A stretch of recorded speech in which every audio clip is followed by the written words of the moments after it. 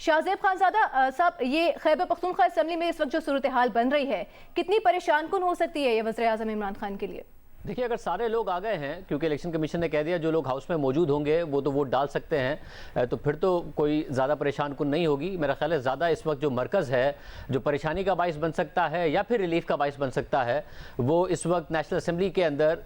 Doctor Hafeez Sheikh और यूसुफ गिलानी साहब का ही इलेक्शन है, जिसकी गिनती शुरू हो गई है। और अगर हफीज़ शेख साहब जीत जाते हैं, बेशक कम मार्जिन से जीते हैं, तो भी मेरा ख्याल है हुकूमत के लिए एक बहुत बड़ी विक्ट्री होगी। मैं कम मार्जिन इसलिए कह रहा हूँ कि जो मतलूबा तादाद है वो हासिल कर गए और उतनी तादाद ना भी ले पाए जितनी कि इत्तेहादियों की बनती है और जीत गए, तो भी हुकूमत की विक्ट्री है। क्योंकि पीपल्स पार्टी हो या फिर अपोजिशन हो, इसको नो कॉन्फिडेंस के तौर पर देखती है वज़ीर आज़म के ऊपर। अगर हफीज़ शेख साहब हार जाते हैं और अगर वो जीत जाते हैं,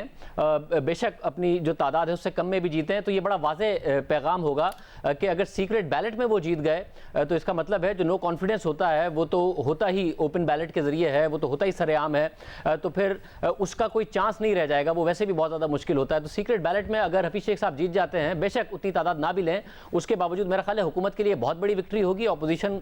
के लिए एक डिसअपॉइंटिंग सिचुएशन होगी सारे मामले में। तो शाहजेब, इसका मतलब ये कि अगर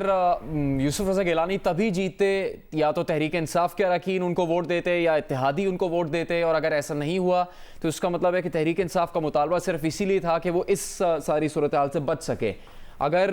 हफीज़ शेख जीत जाते हैं तो आपको लगता है कि उसके बाद तहरीक इंसाफ का ये मुतालबा, ये कोशिशें भी दम तोड़ जाएंगी कि वो इंतखाबी इस्लाहात लाना चाहते हैं और इस तरीक़ेकार को बदलना चाहते हैं सेनेट इंतखाब के लिए? देखिए, उसूली तौर पर तो अपोजिशन को चाहिए, अगर वो वाकई सिंसियर है, क्योंकि मरीम नवाज साहिबा ने आज तक ये नहीं कहा कि वो ओपन बैलेट के ख़िलाफ़ हैं, तो फिर जैसे ही इंतखाबात होते हैं तो उन्हें फ़ौरी तौर पर असेंबली में मूव करना चाहिए कि जी ओपन बैलेट कर दें। हम चार्टर ऑफ डेमोक्रेसी की पासदारी करते हुए हर किस्म का बैलेट ओपन चाहते हैं, चाहे वो सेनेट चेयरमैन का हो, इंतखाब हो या अदम एतमाद हो, या फिर वो